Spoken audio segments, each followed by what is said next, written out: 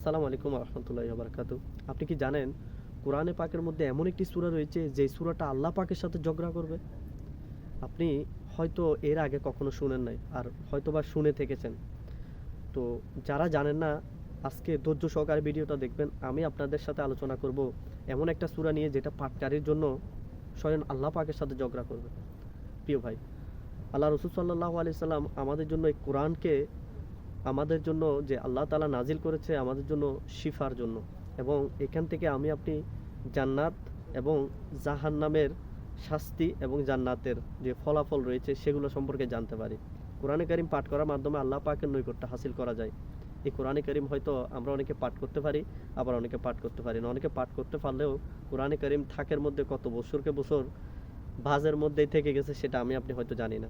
প্রিয় ভাই, তো আজকে আপনাদের এমন একটা সূরার কথা বলবো যে সূরাটা আপনি পাঠ করলে আমার আপনার জন্য জান্নাতে যাওয়া সহজ হয়ে যাবে।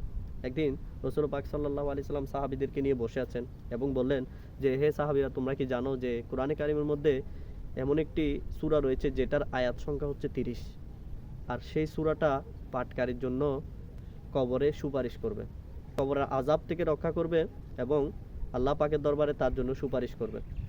তখন সাহাবীরা বলল, ইয়া রাসূলুল্লাহ সাল্লাল্লাহু আলাইহি সাল্লাম, আমরা জানি না। তখন রাসূল পাক সাল্লাল্লাহু আলাইহি সাল্লাম বললেন যে সেই সূরাটা হচ্ছে কোরআনে কারিমের 29তম পারার সূরাতুল মুলক, 30 আয়াত সম্বলিত সূরা। প্রিয় ভাই, আমি আপনি জানি এই সূরার নাম আমরা শুনেছি, কিন্তু এর ফাজাইল সম্পর্কে আমরা অনেকে জানতাম না।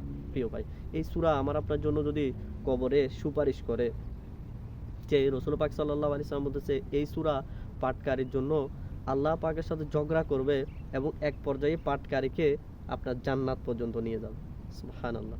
এবং কি, কবরের মধ্যে যদি কবর আযাব ডান দিক থেকে আসে, সেই সূরা ডান পাশে দাঁড়িয়ে যাবে, বাম দিক থেকে আসলে বাম পাশে দাঁড়িয়ে যাবে, অর্থাৎ চতুর্দিক থেকে তাকে কবরের আযাব থেকে এই সূরা বাঁচাবে।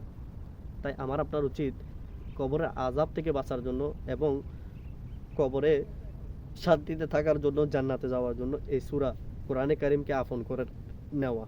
প্রিয় ভাই, এই সূরা প্রতিদিন পাঠ করা আমার প্রিয় নবী রাসূল পাক সাল্লাল্লাহু আলাইহি সাল্লামের প্রিয় সুন্নত।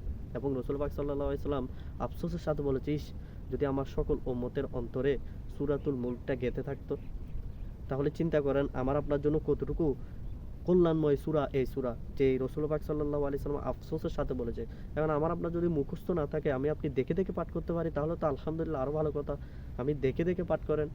আর যদি তাও না পারেন, তাহলে আপনি শুনে নেন। ইউটিউব থেকে একটা ভিডিও নিয়ে শুনতে কতক্ষণ? 5 থেকে 7 মিনিট। প্রিয় ভাই, আল্লাহ পাক আপনাকে এত সময় দিয়েছে, সময় নামের নিয়ামত দিয়েছে। আপনি সেখান থেকে 7 মিনিট সময়কে আল্লাহ পাকের সন্তুষ্টির জন্য 7 মিনিট আপনি সূরাতুল মুলকটা শুনে নিতে পারেন না? আর আপনি যদি নিজে নিজে পাঠ করেন, হয়তো 5 থেকে 6 মিনিট লাগবে। 4 থেকে 5 মিনিটের মধ্যে আপনি সেটা পাঠ করে নিতে পারবেন।